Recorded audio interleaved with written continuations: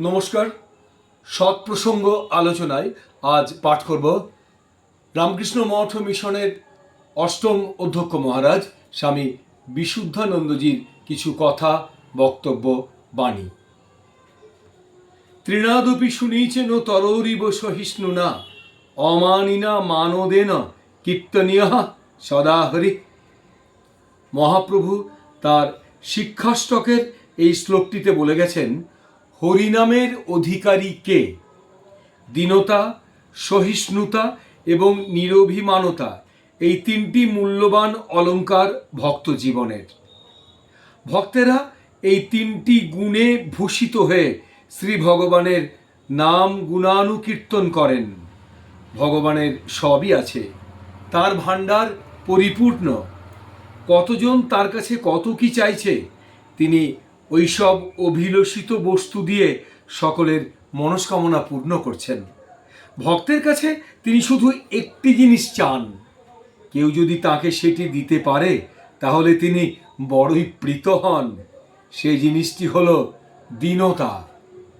মানুষের অহংকার যেন ভগবানের মন্দিরের দরজায় গাছের গুঁড়ির মতন পড়ে আছে। উঁচু ঢিপিতে যেমন জল দাঁড়ায় না, দাঁড়ায় নিচু জমিতে, সেখানে ফসল ফলে, শস্য জন্মায়। ঠাকুরের কথা। আমাদের ধন, মান, বিদ্যা ঠিক তেমনি উপাধিগুলো মন্দিরের দরজা থেকে তুলে দূরে ফেলে দিতে হবে, নইলে ভেতরে প্রবেশ করা যাবে না। পাণ্ডিত্যের দ্বারা তাকে লাভ করা যায় না। যিশু বলেছেন, স্বর্গরাজ্য পাণ্ডিত্যাভিমানী ব্যক্তি ও বিষয়ী মানুষের কাছে প্রচ্ছন্ন থাকে। অর্থাৎ স্বর্গরাজ্য এইসব মানুষের কাছে গুপ্ত থাকে, তাদের কাছে ধরা দেয় না।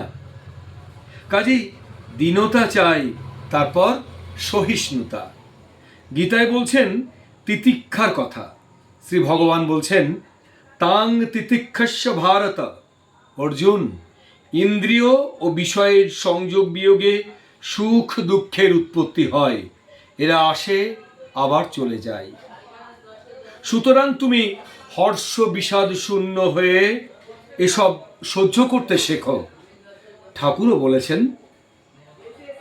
যে সয় সে রয়, যে না সয় সে নাশ হয়। মহাপ্রভুর নির্দেশিত তিনটি গুণই ঠাকুরের জীবনে প্রত্যক্ষ দেখতে পাওয়া যাবে। ভগবান লাভের জন্য একটা জিনিস দরকার হয়, ব্যাকুলতা। ঠাকুর শ্রীরামকৃষ্ণদেব যখন মা কালীর পূজারী হলেন, জগদম্বার দর্শন পাবার জন্য তার কি তীব্র ব্যাকুলতা! সূর্যাস্তের সময় পোস্তায় মুখ ঘষে মাথা ঠুকেই যাচ্ছেন। আর একটা দিন চলে গেল মা, দেখা দিলেনি তো মা, দেখা দিলেনি, আর একটা দিন চলে গেল। এই ব্যাকুলতা না এলে তার দর্শন হবে না। যে ব্যাকুলতা আমাদেরও আছে, তবে বিষয়ের দিকে। বিষয় তৃষ্ণার নিবৃত্তি নেই, ভোগের আকাঙ্ক্ষা মেটে না, কেবল বেড়েই চলে। বিষয় বাসনা না গেলে, ভোগান্ত না হলে ভগবানের জন্য ব্যাকুলতা আসে না। ব্যাকুলতা কি জিনিস তা ঠাকুর শ্রীরামকৃষ্ণদেব দেখিয়ে গেছেন। বিষয় বাসনা, সংসার সুখ সব কোথায় পড়ে রইল? একমাত্র কামনা হলো ভগবৎ দর্শন, ভগবানকে পাওয়ার কামনা, ভগবানকে দর্শন করার বাসনা। আকুল হয়ে কেঁদে কেঁদেও যখন দর্শন পেলেন না, কাছেই ছিল বলির খাঁড়া, তাই দিয়ে জীবন বিসর্জন দিতে উদ্যত হলেন, আর তখনই মায়ের দর্শন পেলেন। নিশুতি রাতে উঠে চলে যেতেন পঞ্চবটিতে, বেলতলায়। লোকচক্ষের আড়ালে চলেছিল তার কঠোর সাধনা, দীর্ঘ 12 বছর ধরে। গুরু ছাড়া উপায় নেই। মহাপ্রভু, ঠাকুর এরা সাক্ষাৎ ভগবান, তথাপি গুরু করেছিলেন।